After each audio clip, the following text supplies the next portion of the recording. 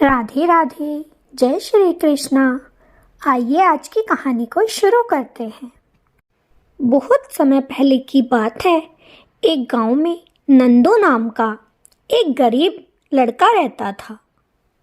उसकी पत्नी थी और उसका एक 6 साल का बेटा था। नंदू बहुत ज़्यादा गरीब था। वह अपने परिवार का भरण पोषण बड़ी मुश्किल से कर पा रहा था। उसकी पत्नी को अपने बच्चे के भविष्य की बड़ी चिंता सता रही थी कि क्या मेरा बच्चा भी इस गरीबी में ही पले बढ़ेगा और आगे नहीं बढ़ पाएगा।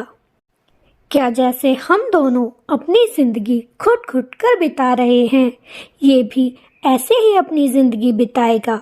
हर समय दोनों माता पिता को अपने बच्चे की चिंता सताती रहती थी। एक दिन नंदू की पत्नी नंदू से बोली, देखो जी, मैं नहीं चाहती कि मेरे बच्चे की भी जिंदगी हमारी तरह ही कटे। दूसरों की मजदूरी करके वह अपना जीवन बिताए। मैं चाहती हूँ कि ये एक अच्छी शिक्षा ग्रहण करे और बहुत बड़ा आदमी बने। नंदू को अपनी पत्नी की सारी बात समझ तो आ रही थी, लेकिन वह इतना रुपया पैसा कहाँ से लाता कि अपने बच्चे को कुछ शिक्षा दिलवा पाता। नंदू अपनी पत्नी से कहने लगा, तुम्हारी बात बिल्कुल सही है, लेकिन हम इतना पैसा कहाँ से लाएंगे। तब उसकी पत्नी बोली, अगर आपको बुरा न लगे तो कल से मैं भी कुछ काम धंधा कर लूंगी। दोनों कुछ पैसे जमा करेंगे और अपने बच्चे को अच्छी शिक्षा दिलवाएंगे। नंदू चाहता तो नहीं था कि उसकी पत्नी बाहर जाकर कोई भी काम करे, लेकिन अपने बच्चे के भविष्य के लिए वह मान गया। अब दोनों पति पत्नी काम करने लगे, लेकिन फिर भी उनके पास इतना पैसा नहीं जुड़ पा रहा था कि वे अपने बच्चे को कुछ शिक्षा दिलवा सके। कुछ समय मेहनत मजदूरी करते हुए ऐसे ही बीत गया, लेकिन पैसे ना जुड़ पाए। अब तो नंदू की पत्नी नंदू से कहने लगी, देखो जी, हमारे गांव में जो सेठ जी रहते हैं, आप उन्हीं से कुछ उधार ले लो और अपने बच्चे को कुछ शिक्षा दिलवा दो, नहीं तो इसका भविष्य खराब हो जाएगा। नंदू बोला, अरे भाग्यवान, उस सेठ से जो भी पैसा लेता है उसका पैसा कभी नहीं उतार पाता। वह बहुत चालाक व्यक्ति है, वह सबको ठग लेता है।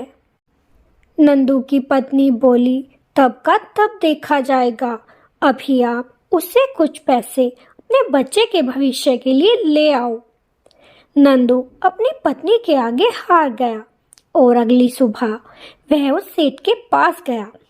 कहने लगा, सेठ जी, मुझे अपने बच्चे को शिक्षा ग्रहण करवानी है। उसके लिए मुझे कुछ धन की आवश्यकता है। मुझे कुछ धन आप 10 साल के लिए उधार दे दीजिए। सेठ तो बहुत चालाक था। उसने कहा, मैं ऐसे उधार नहीं दे सकता। तुम्हें अपनी कोई चीज मेरे यहाँ पर गिरवी रखनी होगी। अगर तुमने सही समय पर मेरा पैसा ना चुकाया तो मैं तुम्हारी वह चीज हड़प लूंगा। उस पर तुम्हारा कोई अधिकार नहीं होगा। नंदू सोचने लगा, मेरे पास इतनी मूल्यवान कोई वस्तु है ही कहाँ जो मैं सेठ जी को गिरवी रखने को दूं। तब सेठ कहने लगा, तुम्हारे पास कुछ भी नहीं है, लेकिन तुम एक चीज अभी भी गिरवी रख सकते हो। नंदू कहने लगा, सेठ जी, वो क्या है जो मैं तुम्हारे पास गिरवी रख सकता हूँ। सेठ ने कहा, तुम्हारा घर, जिसे तुम गिरवी रख सकते हो। अगर 10 साल के बाद तुमने मेरा कर्जा नहीं लौटाया तो मैं तुम्हारा घर तुमसे छीन लूंगा। उस वक्त नंदू को कोई रास्ता नजर न आया और उसने अपना घर सेठ के यहाँ गिरवी रखवा दिया और उसके बदले उससे 100 मोहरे चांदी की ले ली और अपने घर आ गया। घर आकर उसने अपनी पत्नी को सारी बात बता दी और अगली सुबह अपने बच्चे को एक गुरुकुल में छोड़ने के लिए चला गया। गुरुकुल में उसने गुरुजी से बहुत विनती की, तब जाके उन गुरुजी ने नंदू के बेटे को अपने आश्रम में रहने को कह दिया। अब तो नंदू अपने बेटे को वहाँ छोड़कर अपने घर आ गया और फिर से वह मेहनत मजदूरी करने लगा। ऐसे ही समय बीतता जा रहा था और गुरुकुल में नंदू का बेटा शिक्षा ग्रहण कर रहा था। समय बीतते बीतते पूरे 10 साल हो गए और नंदू का बेटा अब जवान हो गया। वह शिक्षा दीक्षा में निपुण होकर अपने घर की ओर लौट रहा था और मन ही मन खुश हो रहा था कि आज तो मैं अपने माँ बाबा से जाकर मिलूंगा। थोड़ी ही देर बाद वह अपने घर आ गया। उसने अपने बाबा को घर के सामने खड़ा हुआ देखा तो जाकर उनके पैर छूने लगा। लेकिन नंदू हैरान था कि ये इतना सुंदर लड़का किसका है और ये मेरे पैर क्यों छू रहा है। नंदू ने बड़ी हैरानी से पूछा, बेटा तुम कौन हो और कहाँ से आए हो? तब नंदू का बेटा बोला, अरे बाबा, मैं आप ही का तो बेटा हूँ। आपने मुझे गुरुकुल में भेजा था। अब मेरी शिक्षा पूरी हो गई है, इसीलिए मैं घर आ गया हूँ। नंदू ने जब ये सुना तो वह अपने बेटे को देखकर बड़ा खुश हुआ और अपनी पत्नी को आवाज लगाने लगा। आवाज सुनकर उसकी पत्नी भी बाहर आई और अपने बेटे को देखकर पहचान गई कि ये मेरा ही बेटा है। उसने उसे गले लगा लिया। अब तीनों के तीनों बड़े खुश थे और अपना समय बिता रहे थे। लेकिन उधर सेठ भी सब कुछ याद रखे हुए था। उसने सोचा, पूरे 10 साल बीत गए हैं, अब तो नंदू के पास जाना ही पड़ेगा और उससे अपने पैसे मांगने ही पड़ेंगे। यही सोचकर वह सेठ नंदू के घर जाने को तैयार हो गया और वह उसके घर पहुंच गया। लेकिन उस समय उसके माँ बाबा घर पर नहीं थे, वे दोनों काम पर गए हुए थे। नंदू का बेटा घर के बाहर ही खड़ा था। जब सेठ नंदू के घर पहुंचा तो उसका बेटा उसे बाहर खड़े नजर आया। सेठ उस लड़के से पूछने लगा, अरे तुम कौन हो? तब नंदू के बेटे ने कहा, अरे सेठ जी, मुझे नहीं पहचाना? मैं बचपन में आपके पैर छुआ करता था। सेठ समझ गया कि ये नंदू का बेटा है और अब बड़ा हो गया है। सेठ ने कहा, अरे वाह, तुम तो मेरी पहचान में ही नहीं आए, बहुत बड़े हो गए हो बेटा। नंदू का बेटा बहुत चतुर था। उसने कहा, क्या काम है सेठ जी? सेठ ने कहा, मैं तुम्हारे माँ बाबा से अपने पैसे वापस लेने आया हूँ। उन्होंने मुझसे 10 साल के लिए उधार लिया था, बस आज वही वापस लेने आया हूँ। नंदू का बेटा बोला, अरे सेठ जी, लेकिन इस बारे में मुझे तो कुछ भी नहीं पता, मैं कैसे बता सकता हूँ? सेठ कहने लगा, ठीक है, तुम्हारे माँ बाबा को बुलवा दो, मैं उन्हीं से बात कर लूँगा। नंदू का बेटा कहने लगा, लेकिन वो तो घर पर नहीं है। सेठ ने कहा, कहाँ गए हैं वे? तुम्हारे बाबा कहाँ पर हैं? तब नंदू का बेटा कहने लगा, अरे सेठ जी, मेरे पिताजी तो जिंदा पेड़ों को काटने गए हैं और मरो हुओं को रोकने गए हैं। सेठ की कुछ समझ ना आया। वह कहने लगा, ये क्या कह रहे हो तुम? वह बोला, मैंने वही कहा है जो मेरे पिता करने गए हैं। लेकिन सेठ नहीं समझ सका। सेठ ने कहा, अच्छा, तुम्हारी माँ कहाँ गई है? फिर नंदू के बेटे ने कहा, मेरी माँ हवा बेचने गई है और चांदनी खरीदने गई है। सेठ सोचने लगा, ये नंदू का बेटा तो बड़ा चतुर है, ये मुझे बुद्धू बनाना चाहता है, इसीलिए गोल गोल बातें कर रहा है। सेठ ने कहा, सही सही बता दो, तुम्हारे माँ बाबा कहाँ गए हैं? लड़के ने फिर से वही उत्तर दिया। अब तो सेठ सोचने लगा, ये ऐसे ना मानेगा, इसके साथ जरूर कुछ चतुराई दिखानी पड़ेगी, नहीं तो ये मेरा पागल बना देगा। अब सेठ कहने लगा, देखो बेटा, अगर तुम मुझे सही सही समझा दो कि तुम्हारे माँ बाबा कहाँ गए हैं, तो मैं तुम्हारा सारा कर्जा माफ कर दूंगा। नंदू का बेटा बोला, क्या तुम सही कहते हो सेठ जी कि तुम सारा कर्जा माफ कर दोगे? सेठ कहने लगा, हाँ हाँ, मैं वचन देता हूँ कि मैं तुम्हारा कर्जा माफ कर दूंगा। नंदू के बेटे ने फिर से कहा, लेकिन सेठ जी, मैं कैसे विश्वास कर लूं कि आप हमारा कर्जा माफ कर दोगे? तब वह सेठ कहने लगा, देखो बेटा, मैं धरती और आकाश की सौगंध खाकर कहता हूँ, इन्हें साक्षी मानकर मैं तुम्हारा कर्जा माफ कर रहा हूँ। नंदू का बेटा कहने लगा, लेकिन साक्षी बनाने के लिए किसी जीवात्मा की आवश्यकता होती है, लेकिन ये धरती आकाश क्या हमारी गवाही देने आएंगे? तब सेठ सोचने लगा, ये तो बड़ा चतुर है, ऐसे तो नहीं मानेगा।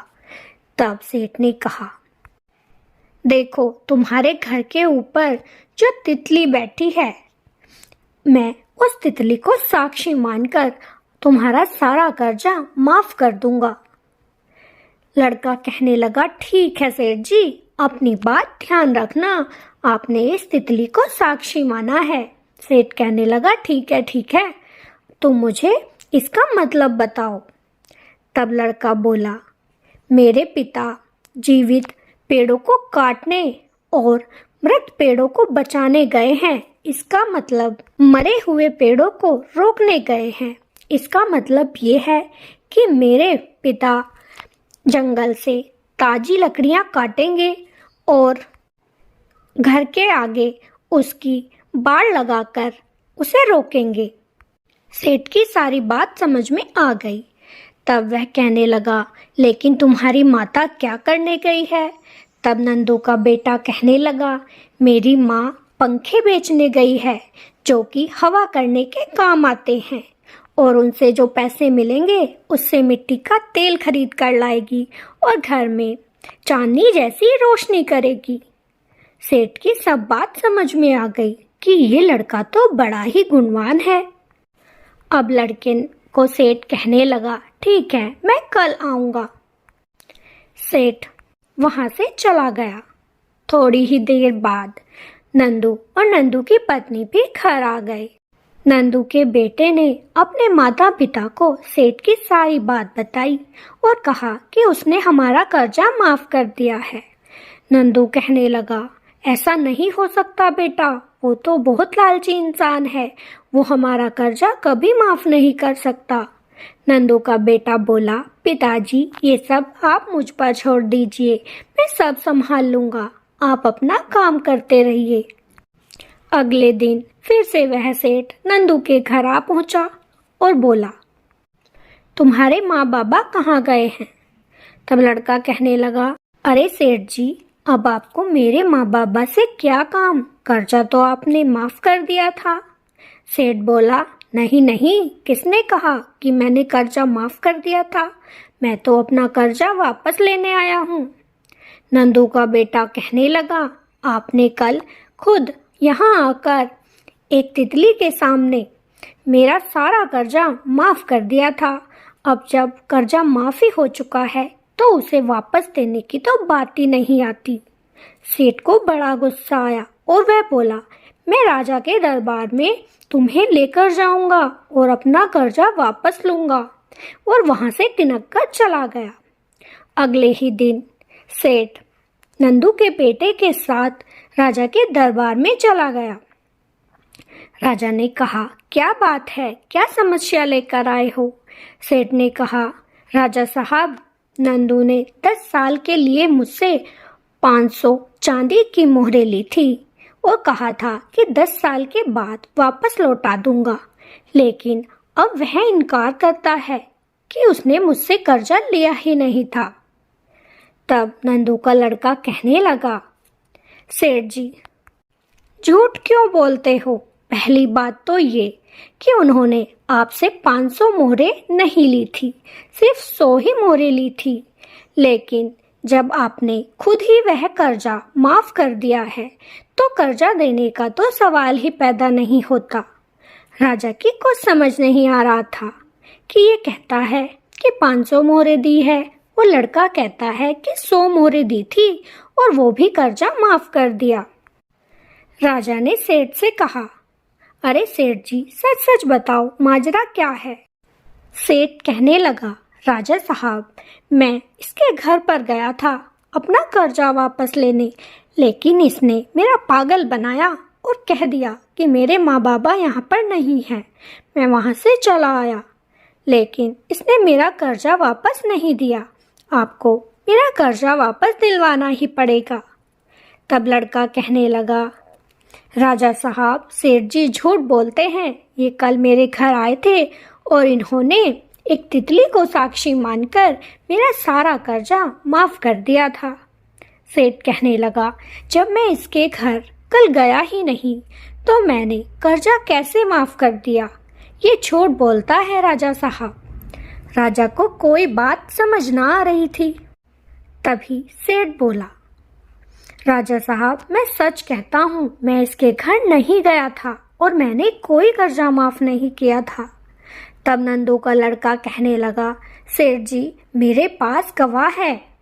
जब आप कल मेरे घर आए थे तो आपकी नाक पर एक तितली बैठी हुई थी और आपने उस तितली को साक्षी मानकर मेरा कर्जा माफ कर दिया था।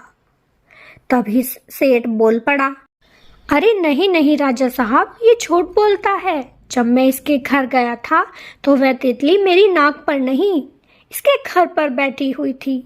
और इतना कहकर चुप हो गया। जिस बात से वह सेठ बार बार नकार रहा था कि मैं इसके घर गया ही नहीं, वह बात वह बोल पड़ा। अब तो सेठ फंस चुका था। राजा ने कहा, सेठ जी, मैं तुम्हारी करतूत अच्छे से जानता हूँ, अब सच सच बता दीजिए कि माजरा क्या है। तब सेठ ने सारी सच्चाई राजा को बताई कि हाँ राजा साहब, मैं इसके घर पर गया था, लेकिन इसने मुझे ऐसी ऐसी पहेलियों में उलझा दिया कि मैंने उन पहेलियों का जवाब जानने के लिए इससे सारा कर्जा माफ करने को बोल दिया था। इसने कोई गवाह बनाने को कहा तो इसके घर पर एक तितली बैठी हुई थी। मैंने उसी तितली को गवाह बना दिया कि तितली तो आकर गवाही देगी नहीं और मेरा कर्जा मुझे वापस मिल जाएगा। राजा ने जब सेठ की सारी असलियत जानी तो कहने लगे, खबरदार सेठ जी, आज के बाद मैं ऐसा ना सुन लूं कि तुमने किसी के साथ भी कोई गलत बर्ताव किया है और किसी के साथ कोई धोखाधड़ी की है, नहीं तो मैं तुम्हें कारागार में गिरवा दूंगा। और जब आपने इससे वायदा किया है तो आपको इसका कर्जा तो माफ करना पड़ेगा, नहीं तो अच्छा ना होगा। सेठ अब चुपचाप अपने घर चला गया। ये सब राजा की बेटी भी देख रही थी। राजा की बेटी को नंदू का बेटा बहुत अच्छा लगा और उसकी यह चतुराई तो उसे मन को भा गई। वह अपने पिता से बोली, पिताजी, मुझे ये लड़का बहुत पसंद है, ये बहुत बुद्धिमान है और मैं ऐसे ही लड़के से विवाह करना चाहती हूँ। राजा को अपनी पुत्री की पसंद पर बड़ा गर्व हुआ। उसने अगले दिन नंदू के बेटे और नंदू को राजमहल में बुलवाया और नंदू से बोले, देखो नंदू, मैं अपनी पुत्री के लिए तुम्हारे बेटे की तरह बुद्धिमान लड़के की तलाश में था और आज मेरी बेटी ने तुम्हारे बेटे को पसंद कर लिया है और मैं उसके साथ अपनी पुत्री का विवाह करना चाहता हूँ। नंदू ये सुनकर हैरान हो गया कि राजा साहब, ये सब कैसे हो सकता है? कहाँ राजा भोज और कहाँ गंगू तेली? मैं तो आपके सामने कुछ भी नहीं हूँ। राजा बोले, मैं ऊंच नीच में कोई फर्क नहीं समझता, बस मुझे तुम्हारे बेटे की तरह गुणवान लड़के की तलाश थी जो आज पूरी हो गई। अगर तुम्हारी सहमति हो तो मैं तुम्हारे बेटे के साथ अपनी पुत्री का विवाह करना चाहता हूँ। तब नंदू कहने लगा, राजा साहब, ये तो मेरी खुशनसीबी है कि आपने मेरे बेटे को अपनी पुत्री के लिए चुना है, भला मैं मना कैसे कर सकता हूँ। अब तो राजा ने कुछ ही दिनों में दोनों का विवाह करा दिया। नंदू का बेटा राजमहल में ही रहने लगा और उसके साथ साथ उसके माता पिता की भी जिंदगी संवर गई। अब उन्हें किसी प्रकार की कोई कमी न थी। उनका जीवन बड़े सुख से बीत गया। तो आपको ये कहानी कैसी लगी कमेंट में ज़रूर बताइएगा। अगर अच्छी लगी हो तो हमारी वीडियो को लाइक और चैनल को सब्सक्राइब जरूर कीजिएगा। फिर मिलेंगे। राधे राधे। जय श्री कृष्णा सभी को।